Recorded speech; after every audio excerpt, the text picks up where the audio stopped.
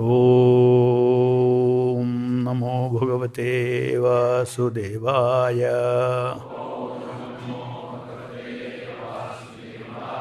Reading from Srimad Bhagavatam, 4th Canto, Chapter 9, Text number 22. Prasthite tu vanam pitra dattva gam dharma samshrayah trimshat sarvarsha sahasram Rikshita vyahatendriyah. Translation purport by Srila Prabhupada ki jai. After your father goes to the forest and awards you the rule of his kingdom, you will rule continuously and the entire world for 36,000 years, and all your senses will continue to be as strong as they are now. You will never become old. Purport. In the Satyuga, people generally lived for 100,000 years. Dhruva Maharaj ruling the world for 36,000 years was quite possible in those days. Thus ends the Bhaktivedanta purport. Text 33. Tvad bhratarya uttamanashte mrigayayam tu nanmanah anveshanti vanam mata davagnim sa pravekshati. Translation purport. The Lord continued, sometime in the future your brother Uttama will go hunting in the forest, and while absorbed in hunting, he will be killed. Your stepmother Suruchi, being maddened upon the death of a son, will go to search him in the forest, but she will be devoured by a forest fire. Purport. Dhruva Maharaj came to the forest to search out the Supreme Personality of Godhead with a revenging spirit against his stepmother. His stepmother had insulted Dhruva, who was not an ordinary person, but a great Vaishnava. An offense at the lotus feet of a Vaishnava is the greatest offense in this world. Because of having insulted Dhruva Maharaj, Suruchi would become mad upon the death of her son and would enter a forest fire, and thus her life would be ended. This was specifically mentioned by the Lord to Dhruva because he was determined for revenge against her. From this we should take lesson that we should never try to insult a Vaishnava. Not only should we not insult a Vaishnava, but we should not insult anyone unnecessarily. When Suruchi insulted Dhruva Maharaj, he was a child. She, of course, did not know that Dhruva was a great recognized Vaishnava, and so her offense was committed unknowingly. When one serves a Vaishnava unknowingly, one still gets good result, and if one unknowingly insults a Vaishnava, one suffers bad results. A Vaishnava is specially favored by the Supreme Personality of Godhead. Pleasing him or displeasing him directly affects the pleasure and the displeasure of the Lord. Srila Vishwanath Chakravarti Thakur, in his 8 stanzas of prayer to the spiritual master, has sung Yasya Prasadat Bhagavat Prasada. By pleasing the spiritual master, who is a pure Vaishnava, one pleases the personality of Godhead. But if one displeases the spiritual master, one does not know where he is going. Thus ends the Bhaktivedanta purport. So the Lord, being the knower of the present, past and future, the Lord being the knower of the past and the present, and therefore knower of the future, he could see that in future Uttama, his brother, cousin brother, would go to the forest and he'll be killed while hunting. And his mother, Suruchi, because she was so attached to him, would become maddened upon his death, and she'll run into the forest searching him out. And she also meets her end when the forest fire devours her. So Srila Prabhupada is bringing out the principle of not offending a Vaishnava because of the simple reason that a Vaishnava is specially favored by the Supreme Lord. A Vaishnava who is favored by the Supreme Lord, pleasing him or displeasing him, Prabhupada says here, affects the pleasure and displeasure of the Supreme Lord. So that is why Yasya prasadat bhagavat prasadat Yasya prasadat nagati kutopi. Only by the mercy of the pure devotee of the Lord we can receive Lord's mercy. And the contrary, if we earn the displeasure of a Vaishnava, or usually a true Vaishnava never get displeased by even insults. But in case, even if he gets hurt, then just like Ambarish, he never took offense. But the Lord immediately took offense. So this is a very important principle that we have to remember in order to free ourselves from this danger of mad elephant which will walk into the garden and stamp out all the plants that you have built, that you have grown. The plants of bhakti will get smashed and one will stop one's progress in spiritual life, at least temporarily. Because devotional service never goes in vain. Whatever service one does is always remembered by the Lord. So however the Lord puts such a devotee in a situation where the reactions of such offenses are suffered and then reinstated back in the service of the Lord. Ultimately, self-purification means that I am the servant of Krishna and all others are also, all jivas are also servant of Krishna. So here, as Prabhupada says here, very unconsciously, Suruchi, she insulted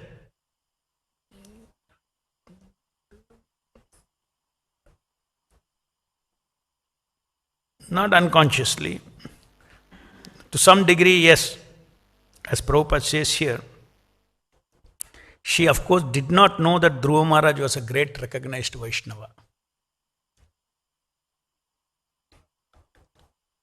So her offense was committed unknowingly.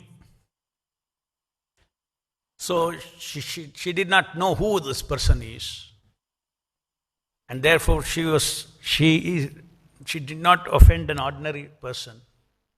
She offended a great personality like Dhruva Maharaj. Similarly, when one unknowingly serves a great Vaishnava, one gets a lot of sukruti and even one can get the seed of bhakti by serving the great Vaishnavas. So it's a very great secret. We always, in bhakti, we want to seek the mercy of Srila Prabhupada, mercy of Krishna. That's why we come into Krishna consciousness. So if we want to get the mercy of Krishna, we have to get the mercy of Srila Prabhupada. Which means we have to act to give pleasure to Prabhupada. We have to serve the person Bhagavata in order to understand the secrets of the book Bhagavata or Vani Bhagavata, Shabda Bhagavata. So this is a very quick, shortcut way of getting lot of mercy. That is the reason why anybody who takes anxiety for Srila Prabhupada's mission Anyone who takes anxiety for Prabhupada's cause, he makes very quick advancement in spiritual life. All the imports of Vedic knowledge is revealed to such a devotee. Divya Gyan Hriday Prakashita. Otherwise, if one does not have the spirit to serve the person Bhagavata, one can go on trying for long. It's a very tough path. We need the kripa of a pure devotee, because especially so, we are also disqualified to even chant Hare Krishna. By the mercy of Srila Prabhupada, by taking anxiety to serve the Bhagavatam, person Bhagavatam, Srila Prabhupada has left behind so many of his transcendental ambitions and desires to spread Lord Chaitanya Mahaprabhu's movement. So, whatever we can do, if we are able to contribute to that, then we get the special mercy. Yasya prasadat bhagavat prasadat. By the mercy of the spiritual master, the mercy of a pure devotee, then we can easily get the mercy of this holy name, get the mercy of the Supreme Personality of Godhead.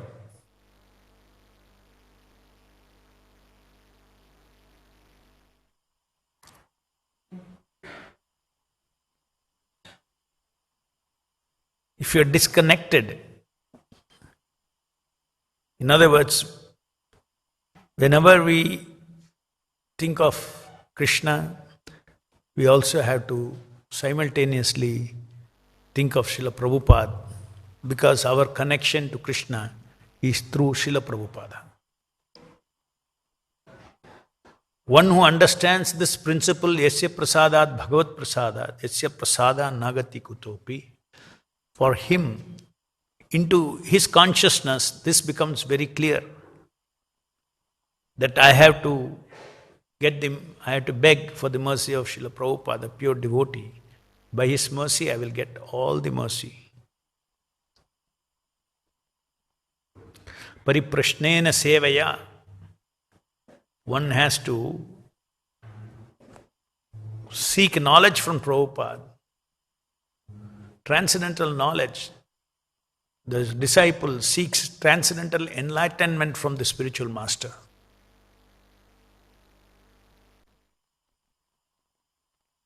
In what spirit?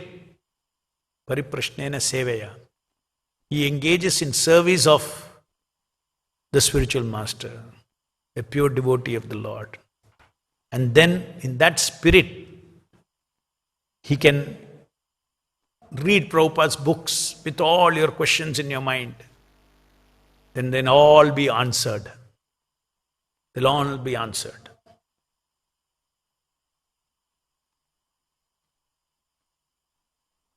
And Prabhupada, what does he teach?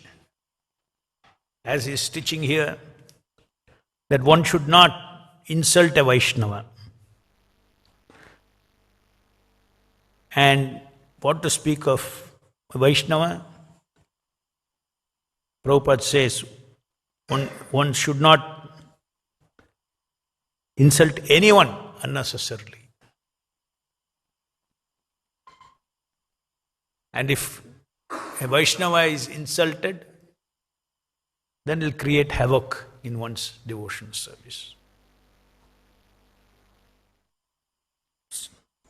So, as we progress in our Vaishnava life, as we progress in our bhakti for Krishna, it automatically means you know the mind of the Lord more and more. So naturally, you know the mind of the Lord, the devotees are dear. They have to be appropriately be respected, leave alone being insulted. Insulted means everything is finished.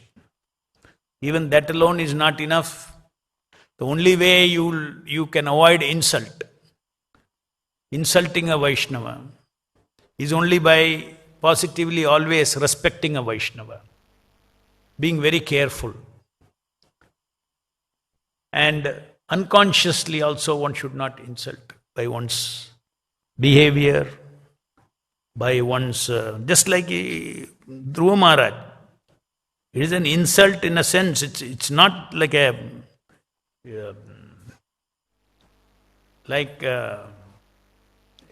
entire issue was, Dhruva Maharaj was not pure at that time. Dhruva Maharaj was actually desiring to sit on his father. It's a material affection. The hurt was due to material affection. Why Suruchi insulted me by I cannot sit on the lap of my father? It is nothing spiritual. Yet he was insulted. And that insult Prabhupada is utilizing, is giving his purport in this verse where the Suruchi was, where Uttama was killed in absorbed in hunting, and his stepmother Suruchi also, being maddened upon the death of her son, went in search of him into the forest, and she was also devoured by the forest fire. So in a sense, everything gets destroyed. If one, that is why Prabhupada is saying, not only insult a pure devotee, one should not insult a Vaishnava, one should not insult a pure devotee, one should not insult an aspiring Vaishnava, one should not insult even an ordinary person.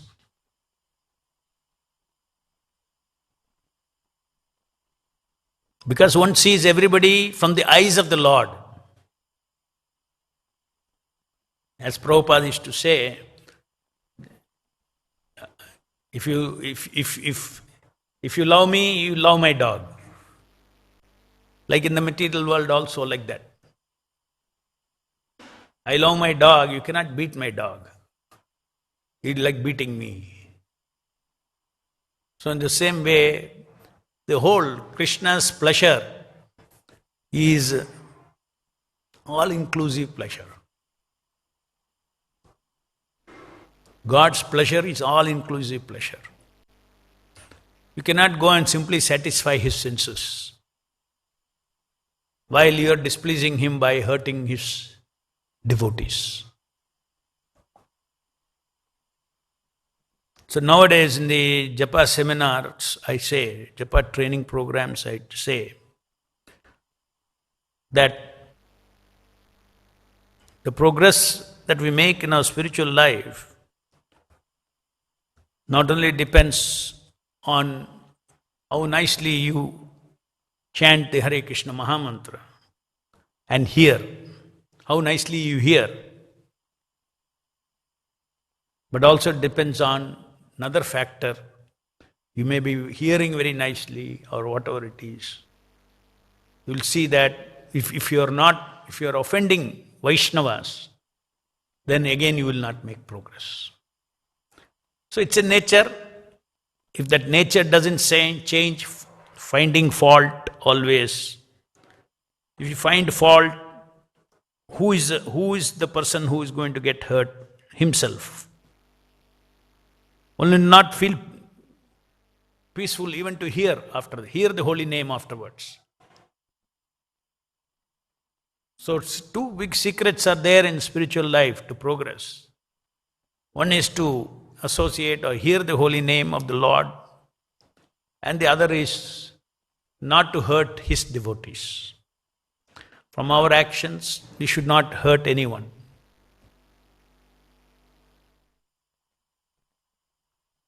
So if two things are taken care,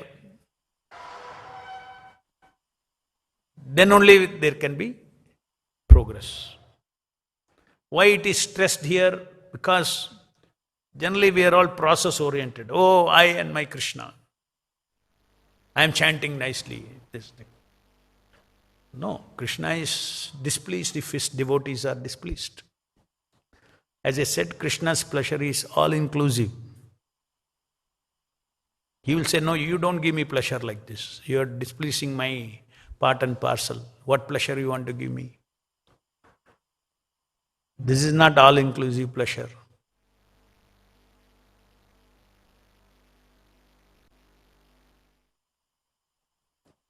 Devotion service pleases Krishna, it is said.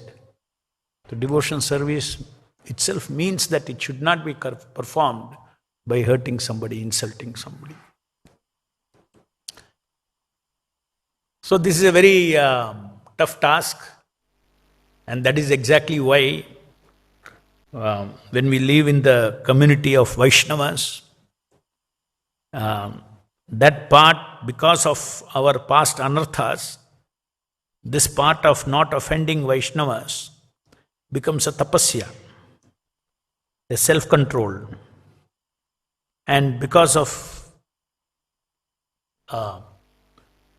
taking that tapasya, one makes quick advancement in spiritual life. Sometimes devotees think, this is all very tough. I'll just go home and chant Hare Krishna on my own. But sometime in life, in this life or next life, we have to learn how to live with the Vaishnavas and give everybody their due respect and keep our heart clean and practice Krishna consciousness. Most of the times, these offenses happen because of another reason. If we eliminate this reason, then most of the offenses will be cleared.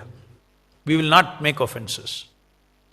And this reason we make offenses is because of our habit of comparing ourselves with others.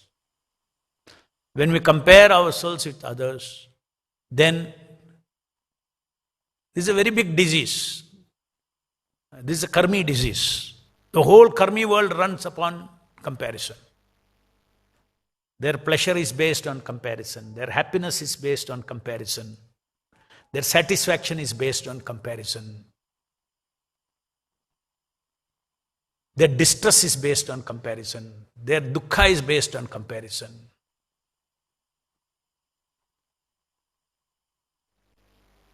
They're not satisfied with whatever it is, their own thing. My own karma, whatever I get, whatever I don't get, is not contented. A person who is comparing, in our Vedic culture, everybody is trained in a consciousness of accepting sukha and dukkha as with the belief that it is my karma, it is my own doing. So, one should not, but that culture is gone now. Entire our school, everywhere, what are we, our mind is trained to compare and compete. Compare and compete. When we compare ourselves with somebody who is having something more than what I have, then automatically one feels envy towards that person. Why is he having that? Why I do not have that?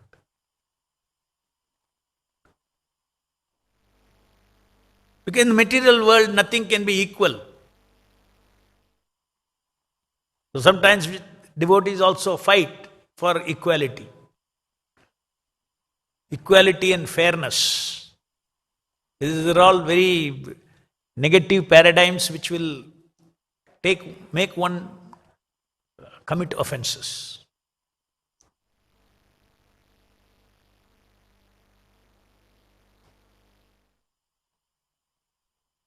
The outside world, yes, you fight for rights and this and that, all those things. Here, we don't do that. So if we don't compare at all, then there is no problem. When you compare, you get dukkha.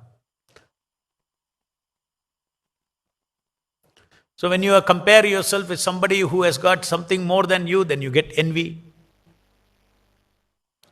Just realize how this comparing thing is such a dangerous thing.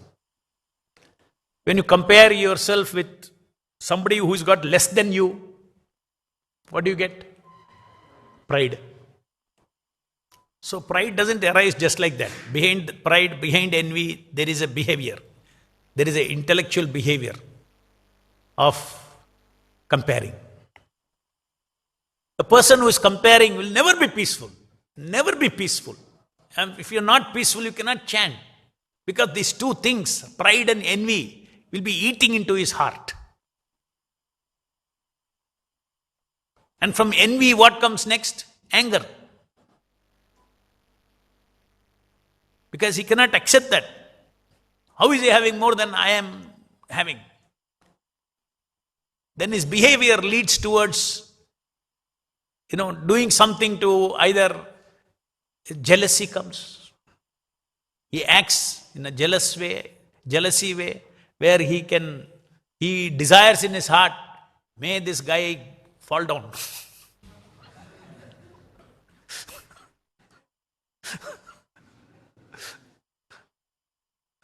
Result will be he will fall down.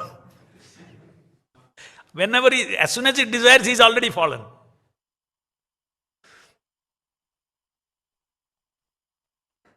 So by comparing, we create all kinds of interpersonal negative desires, anger, and all kinds of things, envy and all. So you should nip it in the bud. Our mind should come out of, no, I don't want to compare myself with anybody. I am there. Whatever I have, whatever I don't have, is all blessings of. It's good for me. He has something, I don't have something. At this point of time, the Lord and Prabhupada thinks this is what is befitting to me. I am very happy. So instead of comparing, one should cultivate contentment. One should cultivate contentment. Contentment comes by understanding that my life is in the hands of the Supreme Lord. My life is in the hands of Srila Prabhupada and Krishna. They won't make mistake. Something I don't have, I don't deserve, and he wants Prabhupada and Krishna, if it is desirable, they want me to work towards it. If it is desirable for the service of the Lord, I don't have something, somebody has got it, yes, I should work for it.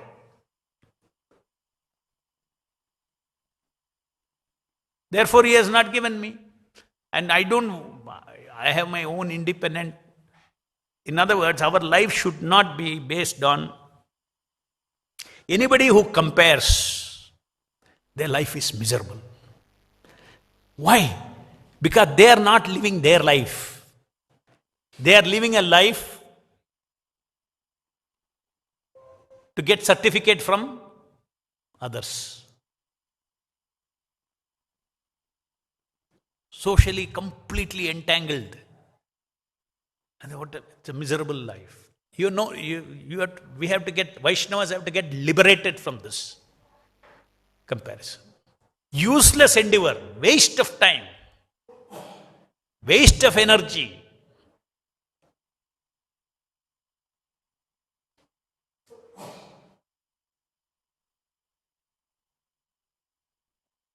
And that's what leads to offenses.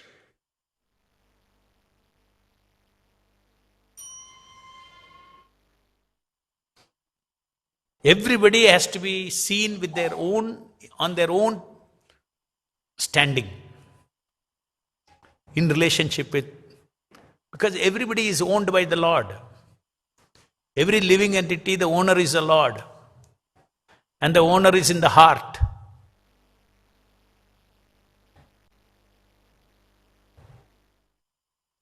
If somebody is wrong, somebody is bad, let law of nature take care.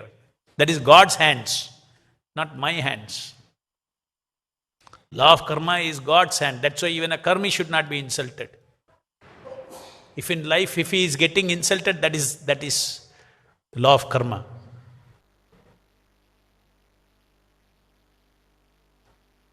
And from the Vaishnava side, if somebody is now one is all we are talking about making offenses.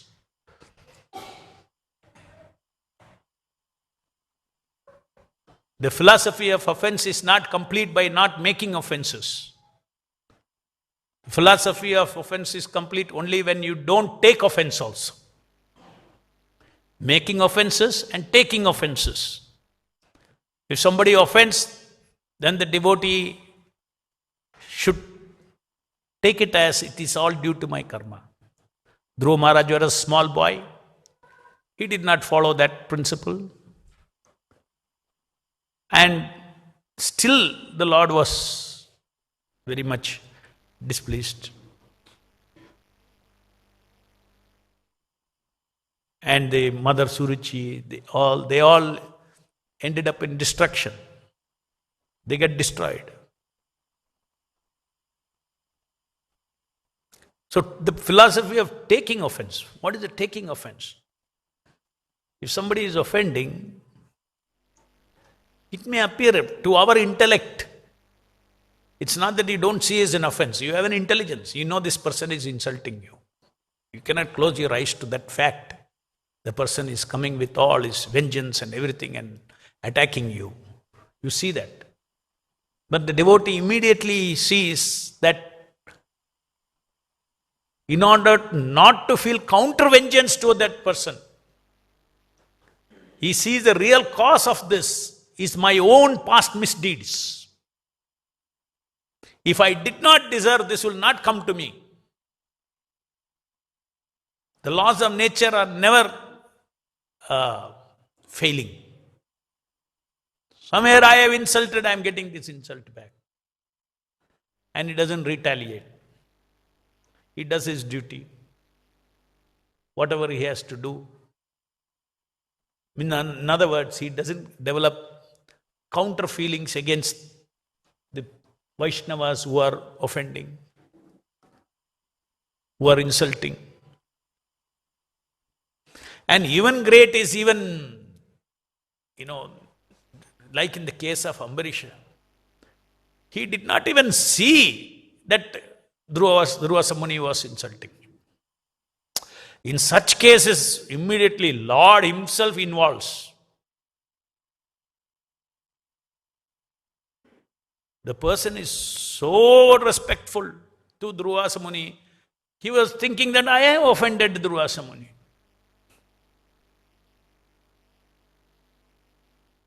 So in such a case, immediately Lord Sudarshana Chakra himself was put into service. So these are all the sensitivities between the Vaishnavas and the Supreme Lord. And for a disciple, the best of all the Vaishnavas, the best of all the servants of the servants of the servant, he is his pure spiritual master.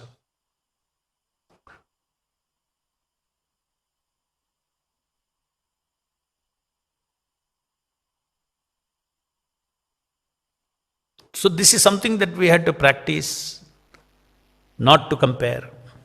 You won't compare if you are fully convinced that Krishna is in control of everybody's life. If somebody has got something, Krishna has given. If somebody does not have something, Krishna has not given him. If I am envious of a person who has something more than what I have, it is indirectly enviousness of Krishna's action. You are complaining. If somebody has something which you don't have, and if you are not happy about it, that means indirectly you are complaining about God, who is giving everything to everybody as they deserve.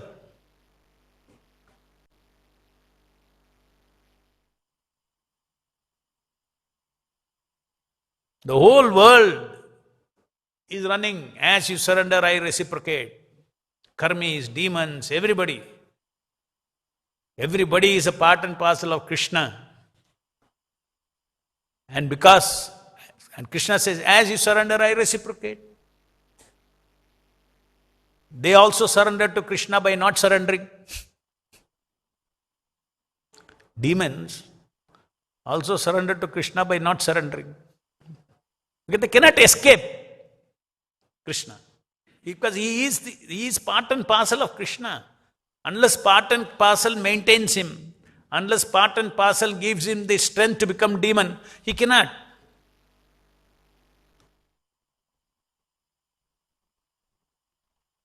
Unless Krishna, helps a devotee to forget Krishna, you cannot forget Krishna. Because what is our constitutional position? We are servant of Krishna. Part and parcel always remembers Krishna. So if somebody is forgetting Krishna, it is based on ye etamam prapatyanse tam satya bhajami. Mata smritir jnanam apohanam cha. So when our attitude changes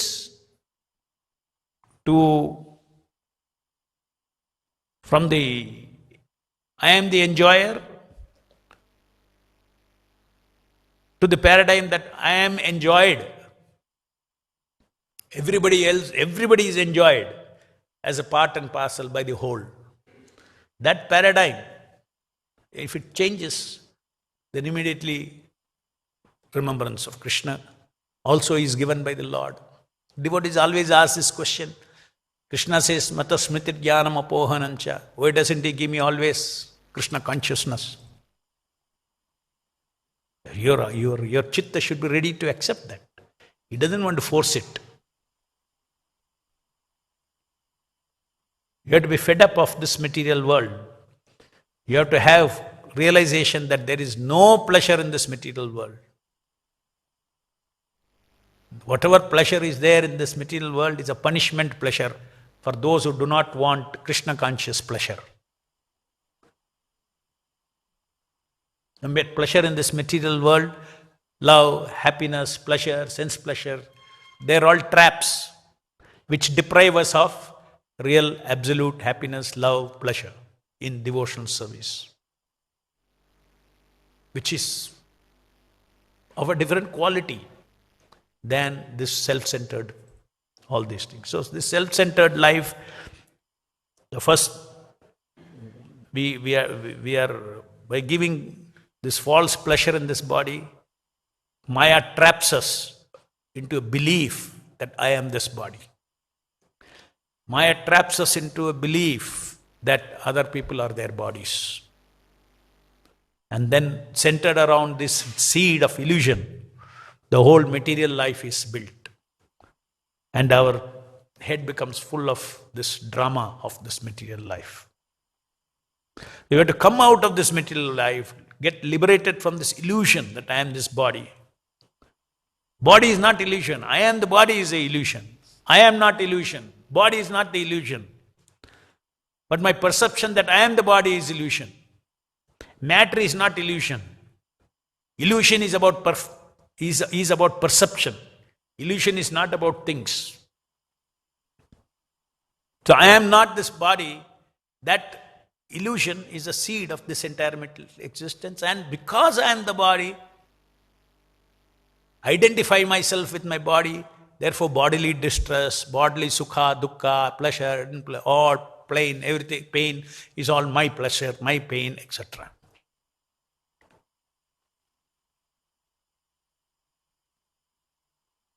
So it's a what do you call it, as a mass grand illusion. Material world is a mass grand illusion. Mass illusion means what? So many people are in the same illusion.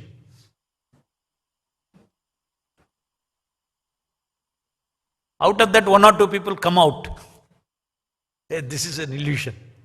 I am not my body, he is not his body. I am part and parcel of Krishna. He is also part and parcel of Krishna.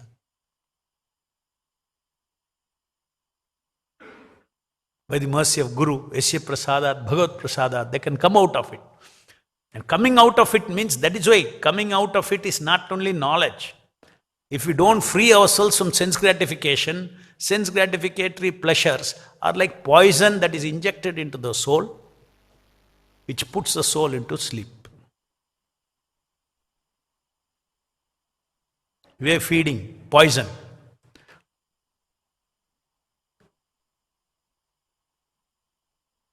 Poison means what? You die. So your consciousness that I am servant of Krishna dies, gets covered. The moment gradually we have to come out of this, all the sense-creatory beliefs that we have, material beliefs of happiness, material beliefs of pleasure. We have to come out of those beliefs. Those beliefs are all sitting in our chittam. And we're chanting Hare Krishna, Krishna Krishna, Hare Hare, Hare Ram, Ram Ram, Hare Hare. All these beliefs break. No, there is no, this is a cheating. I belong to Krishna, I am entitled for His love, His happiness, I am entitled to partake in the divine joy of Krishna. The divine joy is all-inclusive joy. Krishna does not engage in selfish joy, selfish pleasures. What is the nature of Krishna's pleasure? All-inclusive. In other words, when Krishna enjoys, all the jivas also enjoy. All his devotees enjoy. Those who don't want to enjoy, all right, go into the material world, enjoy on your own. Separated pleasure.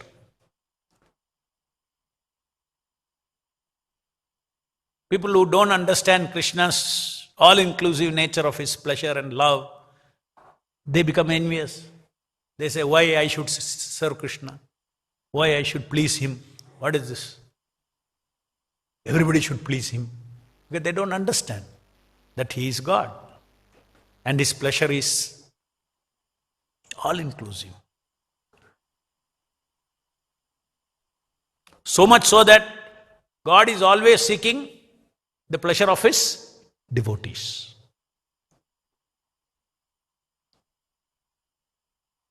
Not he is sitting there and, okay, who is giving me pleasure? Who is giving me pleasure? Who is giving me pleasure? In the material, we are like that. Who is giving me pleasure? I love them. Krishna is always thinking, how I'll give them pleasure. Just like we chant Hare Krishna, Krishna Krishna, Hare Hare, Hare Ram, Ram Ram, Hare Hare. It is said it gives him pleasure. The right way to understand it gives him pleasure. Why?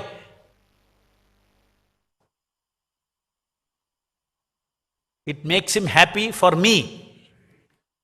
Because now I am chanting Hare Krishna, I am calling back to him to engage me in your service, which is my constitutional position. He is seeing good fortune in me, because everybody is his child. Now he is seeing, oh, good fortune has come upon my child. Every chanting he does is going to purify him. Now he is going to come back to me. When he comes back to me, he will be saved from all the sufferings. He will be reinstated into what is his entitlement. Now the jiva is starving in the material world. He does not have love of Godhead. He does not, what his Atma is seeking, that Satchidananda is completely starved. Now he is chanted Hare Krishna, every Hare Krishna, Krishna Krishna, Hare Hare, Hare Ram, Ram Ram, Hare Hare. He is very pleased. That is why you become more pleased when you hear. Why? Because when you hear, you are associating with him more effectively. You are associating with the Shakti Aveshanama. As Avatara, he has brought down, put all the Shakti Aveshanama, all the Shakti in that, so that by touching that Shakti, Satya Shakti, Chitta Shakti, Ananda Shakti, the soul also gets awakened. So therefore the Lord is very pleased. Not that Lord is thinking, oh, my name is chanting, oh, my name. When a devotee, even when a pure devotee, when he calls him out his name in love, yes, you can call out in love. That pleases the Lord. So when Prabhupada chants, that pleasure of the Lord is a different type. When we chant, the pleasure of the Lord is for a different reason. So there are two kinds of this thing. Today with our impure call, not that Lord is attracted by my calling him. Therefore now I should call helplessly. Yes, then immediately he is attracted. Helplessly.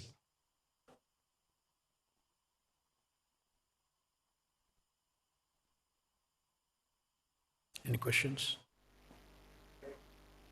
Yes.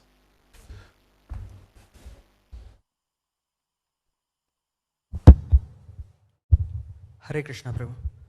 Prabhu, in Dhruva Maharaj's this pastime, we understand that if we offend a devotee, then the consequences are serious. One should not do Vaishnava Aparadha. So what happened to Suruchi is understandable, but what happened to Uttama? Is it also connected to the offense of what happened to Dhruva Maharaj, or it is something else? It's an interplay of, you can say all these things may not be directly connected to the offense. Karma is also acting, no? So, what is what? It is difficult to say. And that is not specifically explained here also by Prabhupada. That it is, but he is using this opportunity to say that not to offend Vaishnavas. He is not exactly saying that all this Suruchi and Suniti all happened because of offense to Dhruva Maharaj.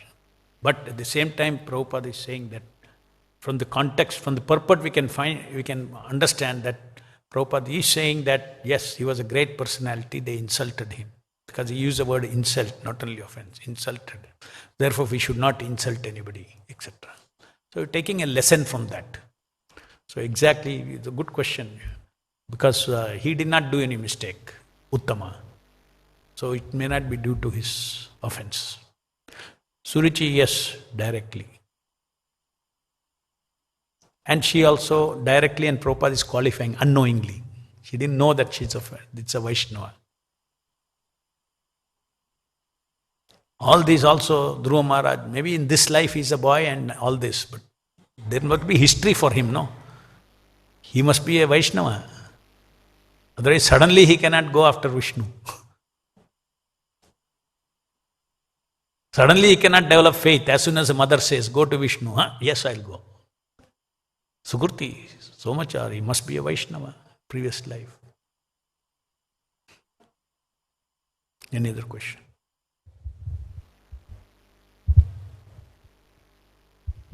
Hare Krishna, Prabhu. Prabhu, while chanting Hare Krishna mantra, what is the intention? What role does intention play in a devotee's? Because there are many Mayavadis also chanting Hare Krishna mantra.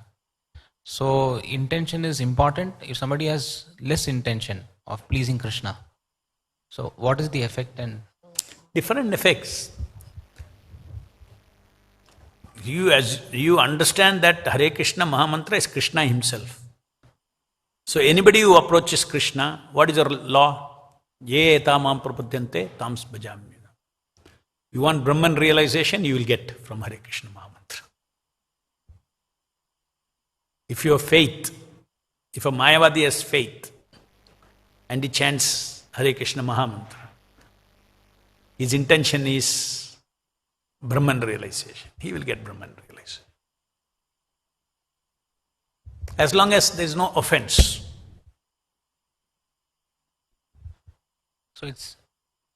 So Prabhu, is it important to culture the proper intention while chanting? Yeah, our intention is given by our parampara. That is why Prabhupada says, oh my Lord, oh Radharani, please engage me in service of Krishna. Helplessly calling out, crying of a child to the mother for the mercy of the father. That is the intention with which. Intention is mercy of the father. I want kripa apeksha. I want the mercy of my father. So that is the intention that we have. Kripa from the Lord is the intention. That is why helplessly. Helpless means what? I want something. I am helpless. Without your help, I am lost in this material world. Please pick me up.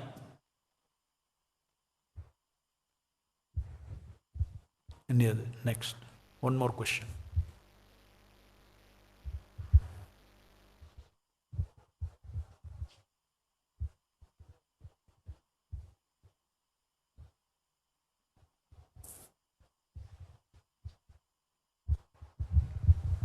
Hare Krishna, Prabhu. Prabhu, just one case of displeasing I wanted to ask. It's like as per the routine, suppose the cook has to make dosa. Support the As per the routine, the cook has to make dosa. dosa, yeah. But the cook has made idli. Idli. So many devotees might get displeased because of that. Ah. So is that displeasing?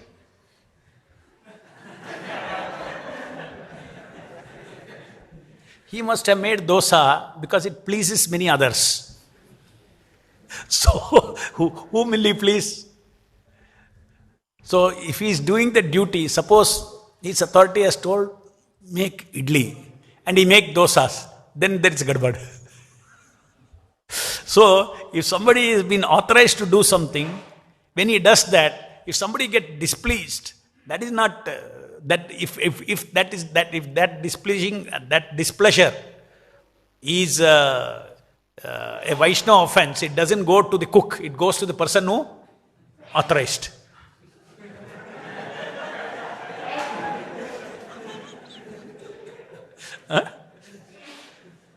Suppose that the person who is authorizing him, इनको 2-3 दिन में कुछ नहीं देना सबको, ये मत बनाओ, ये मत बनाओ, ये मत बनाओ.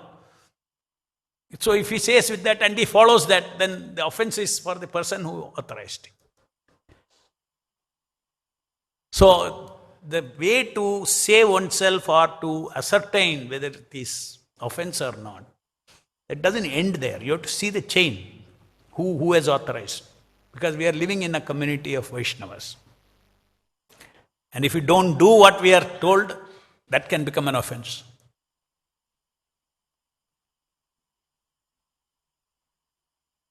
If it ends up in displeasing Prabhupada and Krishna, then that becomes an offense. But these are all, offenses during the service. That is different from personal offenses.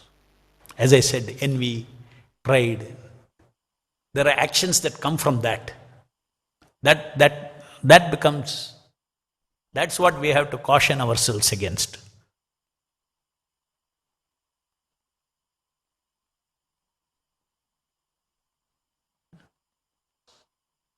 Suppose you are serving. You have been told, see, serve only one papad, everybody. And some devotee asks, Prabhu, one more papad. And you say, Prabhu, only one. Now are you offending him? You are not offending him. He may be displeased because he wanted one more papad, he did not get it.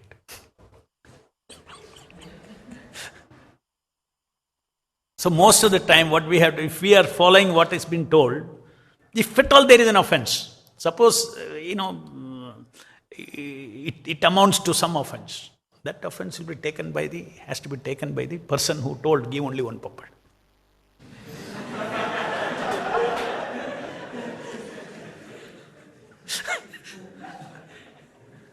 Maybe, maybe not. He must be thinking good, अरे इतना oil खाता है सबका शरीर खराब हो रहा है. So it is not an offense because the devotee likes fried. And he made a rule only one will go. So he may be displeased, but it is good for his health, no? So in his long-term pleasure he is seeing. He is seeing his long-term pleasure of all the devotees. They should have good health. Don't go on, immediately. I want to please all the devotees. The head cook is thinking, I want to please all the devotees. Daily sweet banao. Sab khilao. So that is not, so pleasure, displeasure, you should see in terms of spiritual pleasure and displeasure. ग्रंथराज Shrimad Bhagavatam की जय, जगत गुरु श्रील प्रभुपाद की जय.